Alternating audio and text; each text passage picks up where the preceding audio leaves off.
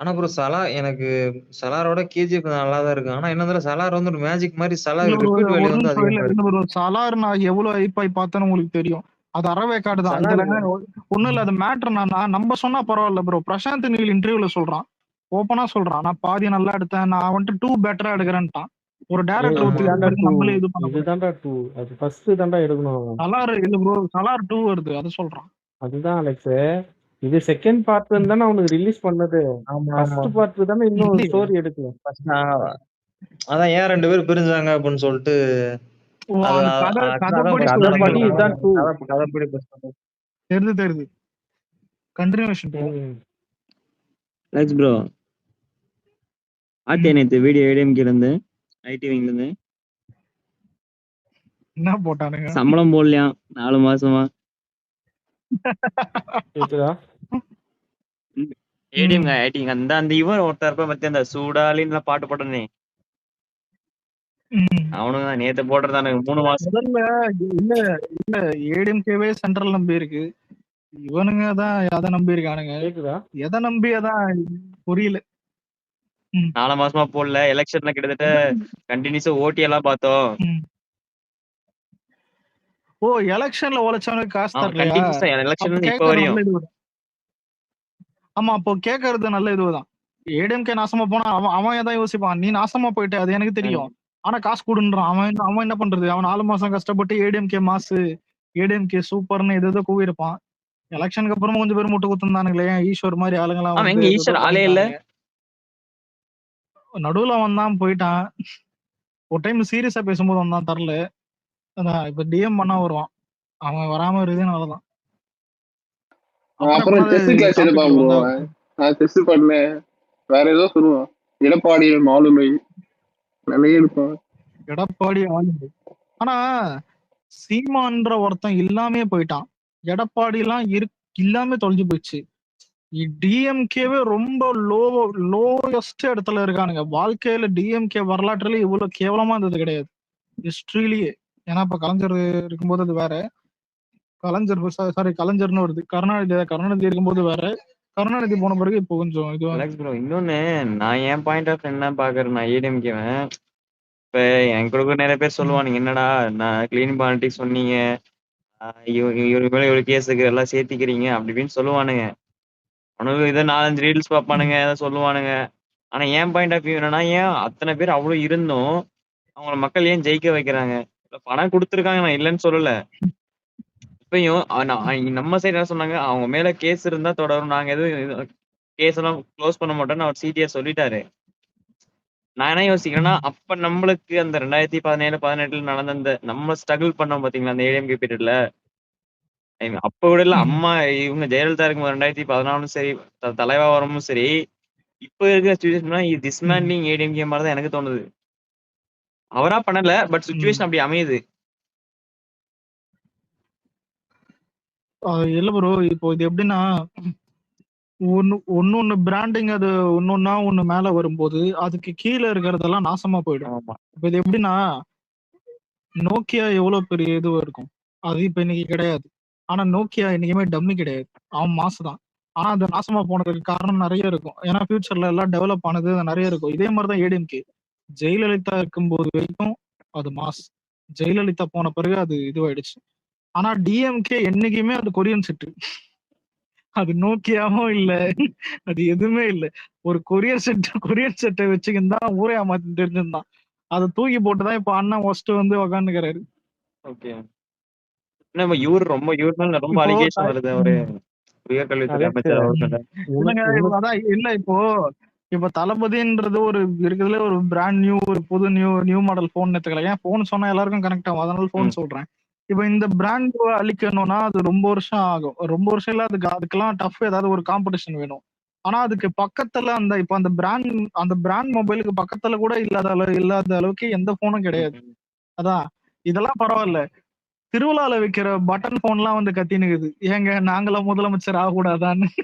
அதான் சொல்றேன், நாடுதான் கேவலமா இருந்து இதெல்லாம் கம்பேர் பண்ணுது. இன்னொன்னு ஆனா என்ன கேட்டா, சொல்லுங்க. இல்ல ப்ரோ, எல்லாமே தாண்டி எவன் ரொம்ப கேடின்னு நீங்க நினைக்கிறீங்கன்னா ரஜினி தான்.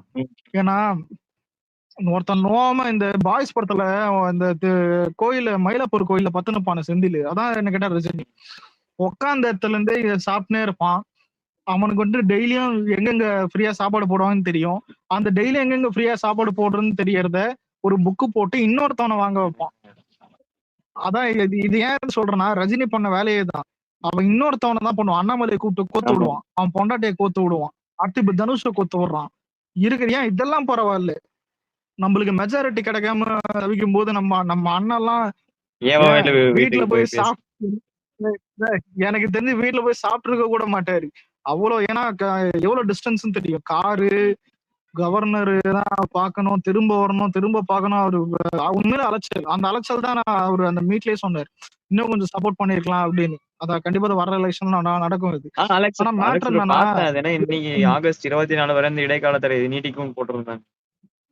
அதெல்லாம் ஒண்ணு இல்ல. மேட்டர் என்னன்னா, இன்னைக்கு இப்போ ஒண்ணு இவ்வளவு போட்டிருந்தாங்க பாத்தீங்களா? இல்ல இல்ல கார்த்தி, ஒரு இவ்வளவு கஷ்டப்பட்டு நம்ம அண்ணன் இப்படி டீம் புடிச்சு இப்ப சிஎம் ஆயிட்டாரு. ஆனா அந்த சிஎம் ஆகுற டைம்ல ஒரு புரோக்கர் வேலை பார்த்தா பாத்தியா ரஜினி, அத நம்ம அண்ணனே வந்து சுருன்னு இருந்திருப்பாரு. அதாவது எதுக்குடா அந்த மானம் கெட்ட வேலை. அது அதுக்கு முன்னாடியே ஒரு சுருன்னு ஆயிட்டாரு. கரூர் இன்சிடென்ட்ல ட்வீட் போட்ட உடனே ஆயிட்டு தான் விஷ் பண்ணல டிசம்பர்ல. கரூர் மேட்டர்லயே தான். ஆமா, அண்ணன் ஓப்பனாவே சொன்னாரு, நான் வாழ்க்கையில இந்த அளவுக்கு அழுது இல்ல அலெக்ஸ் ப்ரோ, நான் ஆனா எங்க இல்ல இன்னைக்குமே நான் உண்மையில ரஜினி எங்க ட்ரிகர் ஆனா, சரி அவன் எத்தனோ பேர் ஏன் கமலஹாசன் ஒரு கட்சி இருக்கா, அவன் எம்பியா போடுறான், எவ்வளவு நடிகர் போட்டாங்க, போடல. ஆனா இருந்தாலும் இவன் போட்டான். அது ஏன் ஹேஷ்டேக்னு போட்டான்னு எனக்கு இப்ப வரையும் புரியல. இல்ல ப்ரோ, என் பொண்டாட்டி வேற வந்துச்சுல நக்கல் மேடைன்னு, அதெல்லாம் ஆனா யாருமே இல்ல. ஆனா பொண்டாட்டி வரைக்கும் அனுப்பி ஹேட் பண்ற அளவுக்கு யாருமே இது பண்ணல. அதேதான் நானும் கேக்குறேன். ஏன் wife இப்ப நம்ம அண்ணன் ஜெயிச்சப்பதான் மாற்ற வேணும்னு சொல்றோம். ஏன் அப்ப 2021 இல்ல கேட்க இப்போ ஆரம்பிக்க சொல்றது? இல்ல மேட்டர் என்னன்னா, இல்ல ஒரு நிமிஷம், ஊர்ல இருக்கிற எல்லாருக்கும் அரசியல் அட்வைஸ் பண்றான். வீட்டுல ஒய்ஃப் வந்து அரசியல் கட்சி ஆரம்பிக்குது, அதான் ஒரு இயக்கம் இது மாதிரி பண்றாங்க. அதான் நான் வெல்ஃபேர் பண்றேன் இது பண்றேன்னு. இவன் பண்ணவும் வக்கு இல்ல, மத்தவன் பண்றதுக்கும் சப்போர்ட் பண்ண முடியல. அவங்க பண்ண வெல்ஃபேர் எல்லாம் வந்து நாங்க பாத்துட்டு இருக்கோம். டீச்சருக்கு சம்பளம் கொடுக்காதது, என்ன வாடகை கட்டாதது, ஏன்னா வந்து இவன் பிச்சை எடுக்கிறான்ல, இவன் வந்து சிலதுக்கெல்லாம் வந்து வாடகை கூட கட்ட முடியாத வக்கு இல்லாததான் இருந்தான் அவன். என்ன அவன் அவங்க பத்தி பேசாத. ஆனா இல்ல கார்த்தி ப்ரோ, நீங்க எல்லாரும் சில பேர் அதை கலாய்க்கிறதுக்கு நினைக்கிறீங்க. உண்மையிலே இப்போ ஒரு ஆக்டர் ஒரு ஒண்ணுத்துல இப்போ இன்வெஸ்ட் பண்ண, இப்ப தெரியாம கேக்குறேன். இப்ப கீழே இருக்கிறவங்க இருந்து மேல இருக்கிறவங்க எல்லாருமே இப்போ இங்க ஸ்பேஸ்ல இருக்கணும்னே சொல்றேன். நம்ம எல்லாருமே இப்போ சேலரி இப்போ சம்பாதிக்கிறோம்னா, சில பேர் அதுல ஒன்னொன்னுல இன்வெஸ்ட் பண்ணுவாங்க. கோல்டு இது இல்ல வேற ஏதாவது ஒண்ணு, ஏதோ ஒன்று அசெட் ஏதோ ஒன்று பண்ணுவாங்க. நம்மளே இவ்வளவு யோசிக்கும் போது ஆக்டர்லாம் அந்த மாதிரி நிறைய யோசிப்பாங்க. அவங்களும் நிறைய இன்வெஸ்ட் பண்ணுவாங்க. நம்ம பணமும் நிறைய பண்ணிருக்காரு, எல்லாம் பண்ணுவாங்க. ரஜினி அந்த டைம் இந்த மாதிரி இன்வெஸ்ட் பண்றதுக்கு ஒரு கோளாறு வேலை பார்த்தது என்னன்னா, அவன் தான் மென்டல் ஆச்சு, மூளை இருக்காது. வீடு வாடகைக்கு விட்டுருக்கான் நிறைய அப்பார்ட்மெண்ட். இல்லடா அவன் இல்ல அலெக்ஸ் ப்ரோ, மூளை இருக்கோ யூஸ் பண்ண மாட்டான். அலெக்ஸ் இல்ல வாடகை ஐயா, வாடகைக்கு விட்டது பரவாயில்ல. அதுக்கு சொல்லுங்க கார்த்தி ப்ரோ, தெரியும் நினைக்கிறேன். இது கொக்கோ கோலா கம்பெனில ஷேர் ஹோல்டர்னு நினைக்கிறேன் அவங்க ஒய்ஃப். அது வந்து அந்த டைம்ல கொஞ்சம் பீக்ல இருந்தது, இந்த தண்ணி பஞ்சத்துல இருக்கும்போது. என்ன இவன் சம்பாதிச்சதெல்லாம் பாதி வந்து அதெல்லாம் கூட போட்டு வச்சுக்கிறான். உங்க எல்லாருக்கும் இல்ல இருங்க, எல்லாருக்கும் ஒரு ஸ்டேட்மெண்ட் சொல்றேன். இது எங்க வேணா, இது யார்கிட்ட வேணா உங்களுக்கு சீனியர் கிட்ட கேட்டு பாருங்க. என்னன்னா, அரசியல் வர்றதுக்கு முன்னாடி ஏன்னா இப்ப சொன்னா இது பண்ணுவானுங்க. அதாவது எலெக்ஷன், இவர் ஜெயிக்கிறதுக்கு முன்னாடி, அரசியல் வர்றதுக்கு முன்னாடி நல்ல ஏதாவது பெரிய பணக்காரர் யாருன்னு பாத்தீங்கன்னா, உங்களுக்கு கோலிவுட்ல தளபதி கிடையாது, ரஜினி தான். இருக்கிறதுலே அதிக சொத்துல இருந்து இருக்கிறதுல அந்த அசத்துல இருந்து வச்சுக்கிறது எல்லாமே ரஜினி தான். ஆனா இவனுங்க நம்ம ஆளை கோத்து விடுவானுங்க, ஏன்னா அதிக ஹையஸ்ட் பெய்ட் ஆக்டர்னு வரும். ஆனா நம்மளால என்னன்னா வந்துட்டு செலவு பண்றது, ரோல்ஸ் ராய்ஸ் அவங்க இது பண்ணுவாரு. ஏன் இப்போ கட்சிக்கெல்லாம் யார் இன்வெஸ்ட் பண்ணிட்டு இது பண்றாங்க, அவரும் மேல இல்ல நிறைய பேர் கட்சிக்கும் இன்வெஸ்ட் பண்ணுவாங்க, இவரும் பண்ணுவாரு. இன்னொன்னு கட்சிக்கு மட்டும் இல்ல, இத்தனை வருஷம் வெல்ஃபேர் ஆக்டிவிட்டிஸ் இது எல்லாத்த தாண்டியும் நிறைய விஷயம் இருக்குது. ஆனா இவன் இருக்கான் பாத்தியா ரஜினி, ஒரு பேனர் அடிக்க காசு தர மாட்டான். இது ஏன் பேனர் பேனருக்கு போற அவன் ரசிகருங்க எத்தனை பேர் இப்ப டிசம்பர் 12 போய் கட்டின்னு இருக்கிறானுங்க. ஒரு இவளே ஆட்டோ இல்ல வாங்கி ப்ரோ, வெள்ள குடுத்துருப்பான். வந்து மக்கள் சாவான். இல்லடா 10 லட்சம் தந்தான் ப்ரோ. இல்ல ஒரு ஆட்டோ வாங்கி குடுத்துருப்பானா அவனுங்களுக்கு? இல்ல கார்த்தி என்ன எவ்வளவு அவன் எவ்வளவு பர்த்டே அன்னைக்கு அவன மாதிரி வேஷம் போட்டு வரணுக்கு பாரு சாமி. அதெல்லாம் பாக்குறதுக்கு அவனுங்க ஒவ்வொருத்தருக்கு இல்ல 60 வயசு அவனுங்க இருக்கும்ல. இல்லடா ராஜகீயத்திலேயே அவனுங்க வரானுங்களே ராஜி அவனுங்களுக்கு ஒரு வேளை சோறு போட்டாவது அனுப்புறானா? வெளியே கூட வர மாட்டான் அவன். என்ன இது லாரன்ஸே பண்ணுவான். அதுதான் சொல்றேன். ஒரு ஒரு வேளை சோறு ஆட்டோக்காரன் கூட போட பேசுவான் பாருங்க மாட்டான். என்ன கார்த்தி என்ன ஒரு ஆட்டோக்காரன் ப்ரோ பேசுவான் பாருங்க. இல்ல ப்ரோ, ஒரு நிமிஷம். இல்ல சில பேர் கேட்கலாம், தளபதியை விட ஒருத்தன் பணக்காரனா அந்த டைம் இருந்திருக்கான், ஆனா அவனுக்கு இது 10 லட்சம் தரான் வெள்ளத்துக்கெல்லாம். ஏன் இப்படி யோசிக்கலாம்?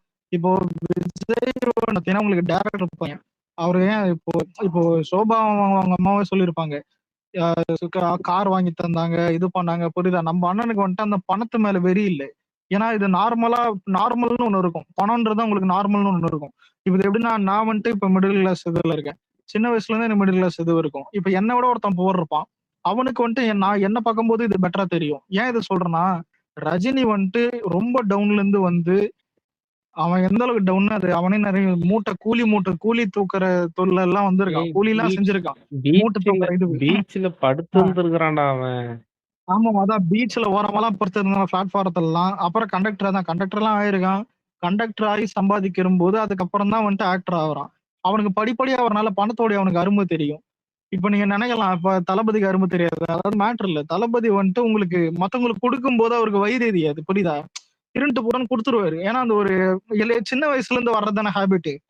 இப்போ நம்ம ஃப்ரெண்ட்ஸ் கொடுக்கறதா இருந்தாலும் சரி, இது பண்றதா சின்ன வயசுல இருந்து வர்றதா. ரஜினிக்கு என்னன்னா சின்ன வயசுல இருந்து அந்த பணம், அந்த தான் அவனே சொல்லியிருப்பானே தர்பார் அலிஸ்ல, அந்த காசு நான் கையில பார்த்த உடனே அதான் அப்படியே இதுன்னு அவனுக்கு இன்னும் அப்பதான் போட்டுடா லட்சக்கணக்கில் வாங்கும்போது எனக்கு ஏண்டா ஆச்சரியம். இன்னும் போட்டுடா நீ அப்பெல்லாம்.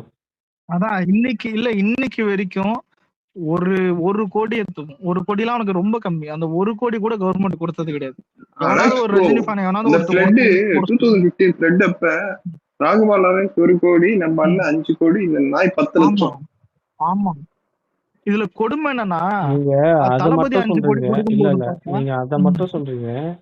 நம்ம அண்ணனை கேரளால ஏன் கொண்டாடுறாங்கன்னா, இங்க இருந்து லாரியா அமிச்சாரு. அங்க கேரளால ஆமா, ஃபிளட் வந்த நிறைய போது இது பண்ணுது. 2017 நினைக்கிறேன். அந்த ஆமா ப்ரோ, டைம்ல 1 crore கொடுத்தாரு ஃபிளட்டுக்கு. லாரியா வெல்ஃபேர் பண்ணாங்க, வெல்ஃபேர் அனுப்பிச்சு கவர்மெண்ட்டுக்கும் விட்டாரு. காசு கொடுத்தாரு, காசு 25 லட்சம் காசு கொடுத்தாரு. கவர்மெண்ட். அது இல்லாம ஜனங்களுக்கு வந்து இங்க இருந்து அரிசி, சாப்பாடு, நாப்கின் அது இதுன்ட்டு அதர் லாரியா ஸ்டேட்டுக்கே போச்சு. 25 லட்சம் தருவாரு. இல்ல கார்த்தி அதனாலதான் என்ன வந்து நமக்கு அங்க அங்க கேரளால அப்பன் கிடையாது, நமக்கு துல்லாத மனம் துள்ளும்னே ஃபேன்ஸ் இருந்தாங்க. இல்ல அது ஓகேப்பா, அதுதான் சொல்றேன். அந்த ஜனத்தையும் தான் ஜனமா நினைச்சு அதுங்க கஷ்டப்படும் போது இங்க இருந்து அமுச்சு பார்த்து வரும். அதனாலதான் நாங்க அந்த மனுஷன் பின்னாடி நிக்கிறோம், அந்த மனுஷனுக்காக பேசிட்டு இருக்கோம், சண்டை போட்டுன்னு இருக்கிறோம். என்ன நீங்க வந்து இப்ப நீங்க துல்லாமணம் துள்ளுன்னு சொல்றீங்க, அதுக்கு முன்னாடில இருந்து அவர் செஞ்சு நான் பார்த்திருக்கேன்.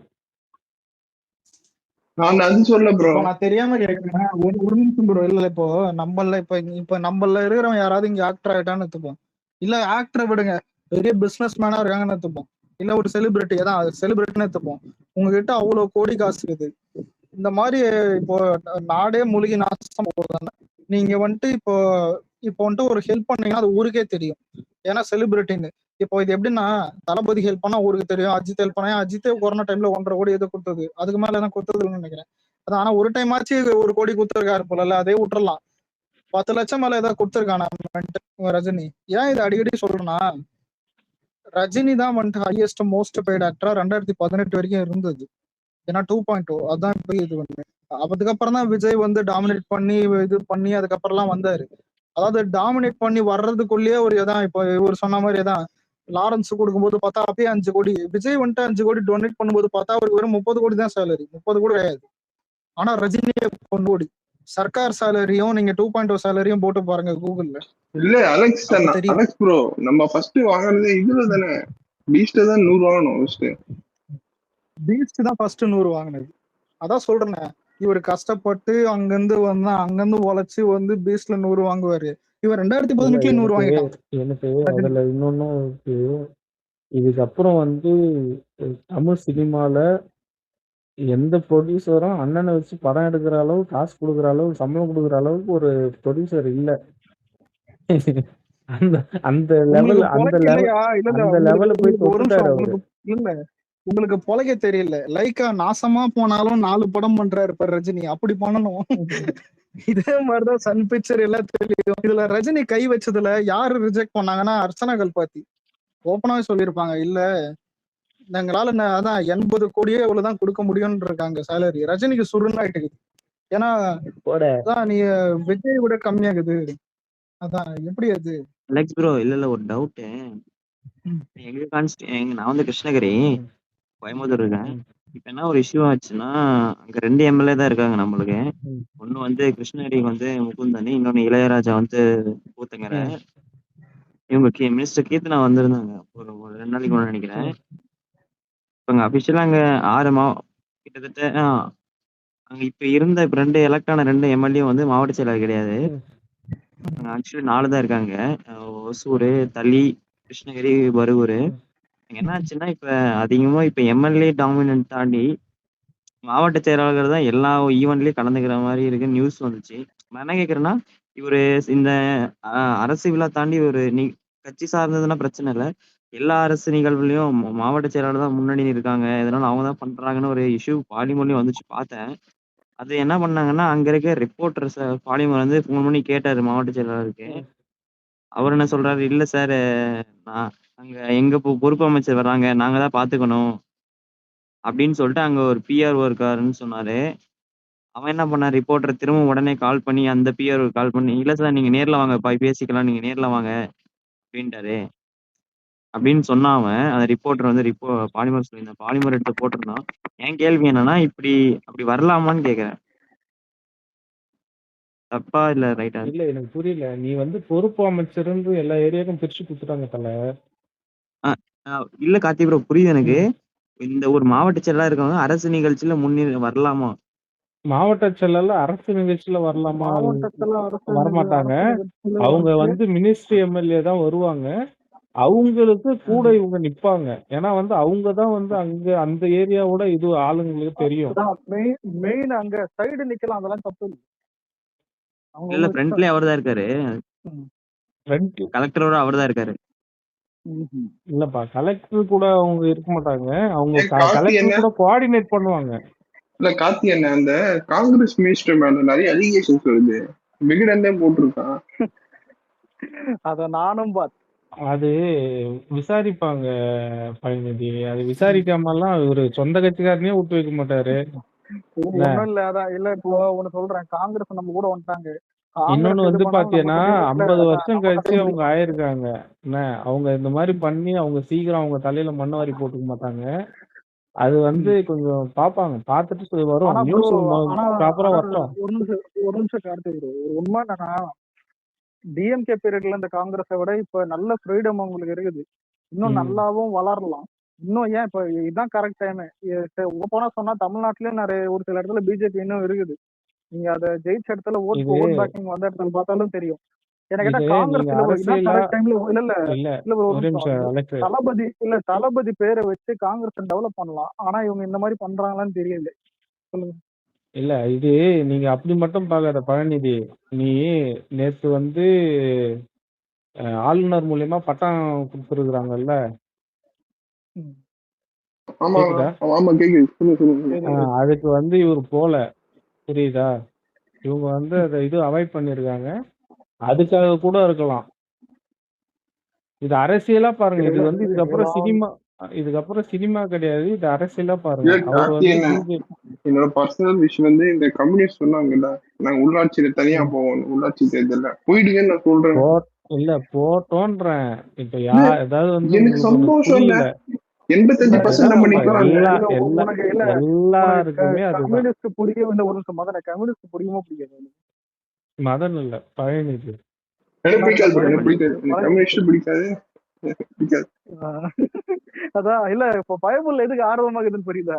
எனக்கும் பிடிக்காது. இல்ல இவன் வேற ஸ்பேஸ்லயும் இந்த வேலை தான் பண்ணிட்டு இருந்தான். அங்கேயும் இதே கேள்விதான் கேட்டு இருந்தான். அங்கேயும் வந்து இதே பதில் தான் நாங்க சொன்னோம். மண்ணில போட்டு அபியூஸ் பண்ணிட்டு இருக்கானுங்க அவனுங்க. அவனுங்க பண்ணானுங்கன்னா அவனுக்கு இது பண்றா ஒண்ணு புரிஞ்சுக்கடா.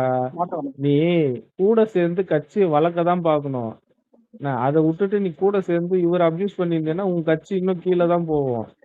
ஐயா இப்ப இப்ப நான் ஆளு ஒன்னே ஒண்ணு இப்ப சொல்லட்டா? அதான் ஆளூர் ஷானவாஸ் எல்லாம் பண்ணின்னு இருக்கிறது வந்து பாத்தீங்கன்னா அவன் கட்சிக்கு வந்து அது கெட்ட பேரு தான். புரியுதா? என்ன இல்ல அவரு இல்ல கார்த்தி இப்போ என்ன ஒரே ஒண்ணு இல்ல வன்னியரசு அவர் வந்து அமைச்சராக்கி அழகு பார்த்தாச்சு நம்ம அண்ணன். என்ன அவர் வந்து ஃபர்ஸ்ட் கையெழுத்துல 7,000 கோடி ரிலீஸ் பண்ணாரு. என்ன போன ஆட்சியில பாத்தீங்கன்னா அந்த அந்த ஃபண்ட் எல்லாம் எடுத்து 5,000 3,000 2,000ன்னு குத்துன்னு இருந்தானுங்க எலெக்ஷன் நிதியா. சரியா? இப்ப அந்த மக்களுக்கு நல்லது நடக்குதா? அதை மட்டும் பாருங்க, அவ்வளவுதான். இவனுங்க சுயநலத்துக்காக சில பேர் பண்றானுங்கன்றதெல்லாம் எடுத்து வச்சு பேசினுக்காதீங்க.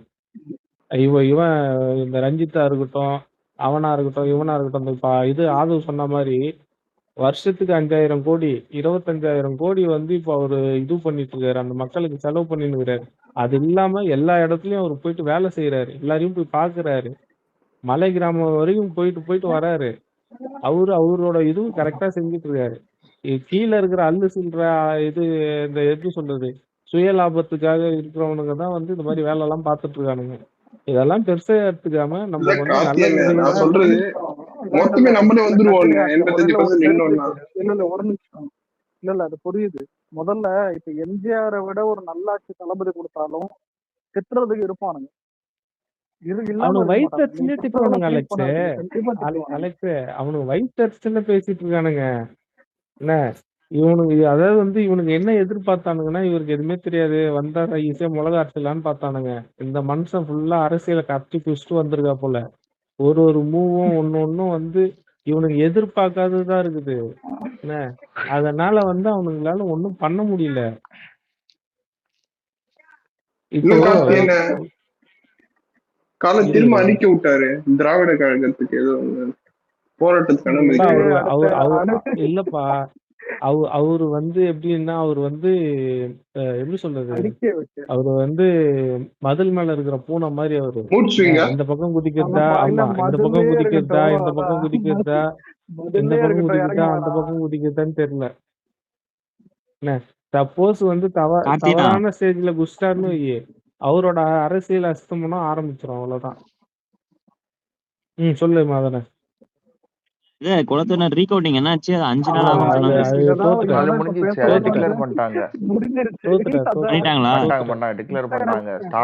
ஸ்டாலின் நீ வந்து 2026 எலெக்ஷன்ல ஒரு டம்மி தான் அப்படின்னு சொல்லி டிக்ளேர் பண்ணி வெளியே போடா டேஷ்ன்னு சொல்லிட்டாங்க.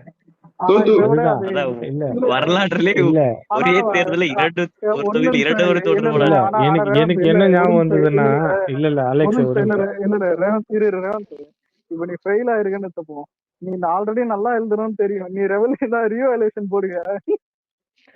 இல்லடா எனக்கு இது மாதிரி ஆனந்தராஜ் மாதிரி தூணு துப்பிட்டு அசிங்கப்பட்டுட்டே இருக்கேடா அப்படின்ற மாதிரி. இல்லடா அலெக்ஸ், எனக்கு புரியாத விஷயம் என்னன்னா, இவங்க வந்து இவிஎம் மிஷின் வந்து எதிர்க்கிறது ஏற்கிறதெல்லாம் செகண்டரிடா. ஆனா அவங்களுக்கு ரியாலிட்டின்னு ஒண்ணு தெரியும், இவிஎம் மிஷின் வந்து ப்ராப்பரா தான் ஒர்க் அவுட் ஆகுதுன்ட்டு.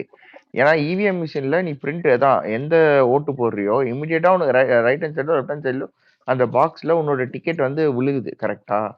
அப்படினாலே ஆமா ஆமா ப்ரோ.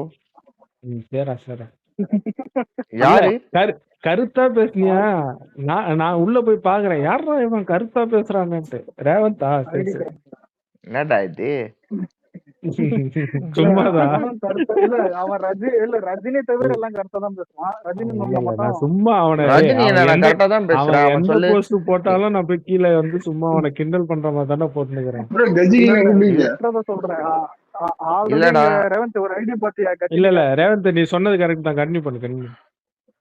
இல்லடா நீ வந்து அதனால அந்த ஸ்டாலின் முட்டா பையனுக்கு கண்டிப்பா தெரிஞ்சிருக்கும் இந்த மாதிரி வந்து இவிஎம் மிஷின் கரெக்டா தான் இருக்கும்ட்டு.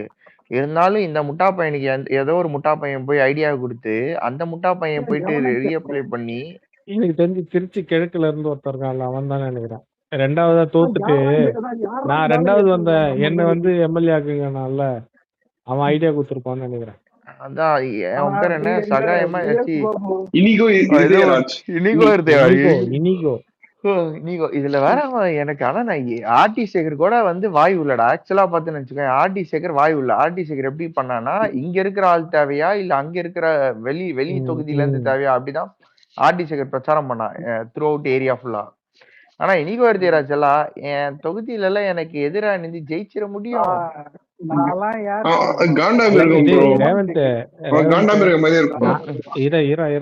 ரேவந்த் அவனுங்க இவி மிஷின் எல்லாம் கிடையாது. ரேவந்த் இவி மிஷின் இதுன்னா அப்போ நீ எம்பி எலெக்ஷன்ல 40 தொகுதி ஜெயிச்சல, இங்க 39 பாண்டிச்சேரி அவ்வளவு விட்டு தலைவா. போன வாட்டி நீ வந்து ஜெயிச்சியே. அதுதான் சொல்றேன். அப்பெல்லாம் இவனுங்களுக்கு தெரிஞ்சே அதுதான் நான் சொல்றேன் பாருங்க. இது வந்து ரீகவுண்டிங் போனது, அவங்க மூஞ்சில மூத்திரம் அடிச்சதெல்லாம் வந்து உண்மையாலுமே அந்த ஆளுக்கு அசிங்கம். அது தெரிஞ்சே வந்து அவன் அக்செப்ட் பண்ணிட்டு போறானா, அவனுக்கு நான் வந்து இந்த டைலாக்லாம் இந்த எச்ராஜா அந்த நாயை செருப்பால் அடிக்கணும். அந்த நாய் என்ன சொல்லி இருக்குன்னா, Stalin is more dangerous than Karunanidhi வந்து ஸ்டேட்டஸ் போட்டாங்க. எனக்கு உண்மையாலுமே சொல்லுங்க, யாராவது அது ஸ்டெப் எடுப்பாங்களா? எந்த கோமாளியாவது அந்த ரீகவுண்டிங் போவானுங்களா? போய் செருப்படி வாங்கிட்டு வந்திருக்காங்க. 8000 கவுண்டிங் டிஃபரன்ஸ் இருக்கும்போது இது அவன் இதுவும் போனாங்க. பெரிய கருப்பு போனதாவது ஒரு ஓட்டு. சரி, பை சான்ஸ் அது மாறலாம். அது வாய்ப்பு இருக்கு. 8000-10,000 ஓட்டு வித்தியாசத்துல இருக்கவனுக்கு எப்படி மாறும்?